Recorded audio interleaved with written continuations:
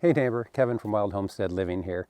If you've been following our channel for any amount of time, you know that Julie and I are planners and we like to think ahead for any projects we're doing here on the homestead, try to avoid any pitfalls or potential snags. One of the things we're planning is to eventually build a chicken coop and have a flock here, and we know that the chicken feed is probably going to attract mice and rats and other rodents. We're going to need some rodent control.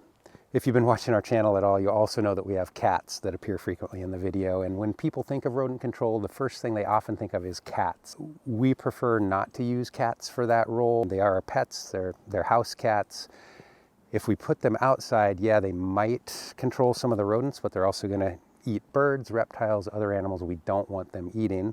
And they're likely to get eaten by coyotes, bobcats, other wild animals that we have here on the property. So our solution is we're going to try to bring barn owls into the property.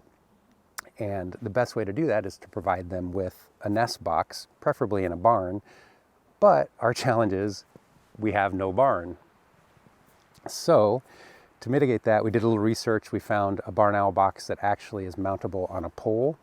And we ordered it from the barn owl box company. It has arrived. So today we're going to do an unboxing of that owl box and see what we have. We ordered a barn owl box kit, so it comes with both the box and the mounting pole. We ordered this from the barn owl box company online. They specialize in owl boxes. They've also done a lot of research projects to prove that this particular style of box is highly effective at attracting owls. So let's start by pulling out the box and seeing what it looks like here.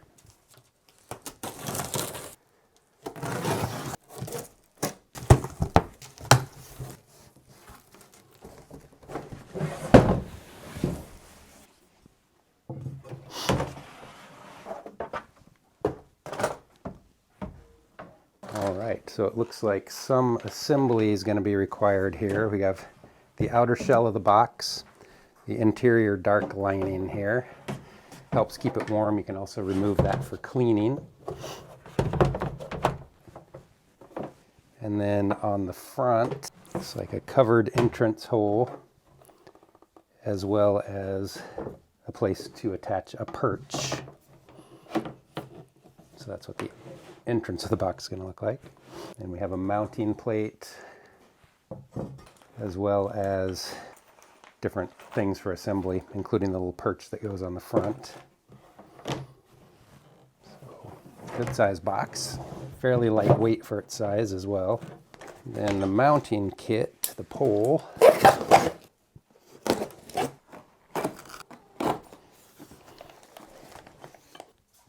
So some instructions, and then just a multi-section, pretty thick, heavy pole here for mounting, including a couple flanges for hooking it onto the box itself. So I think I will just quickly assemble this, and you can see what the completed box looks like. So here is the assembled box. You can see the little wooden perch that we put here in the front, the entry hole. It went together with these plastic pegs. It was actually a little bit tricky because the holes didn't exactly line up, but because it's plastic, it was easy enough and pliable enough that I got them in. One cool feature on the back is this little clear viewing window, so you can take a look inside without disturbing the birds too much. Initial impression is that this is sturdy.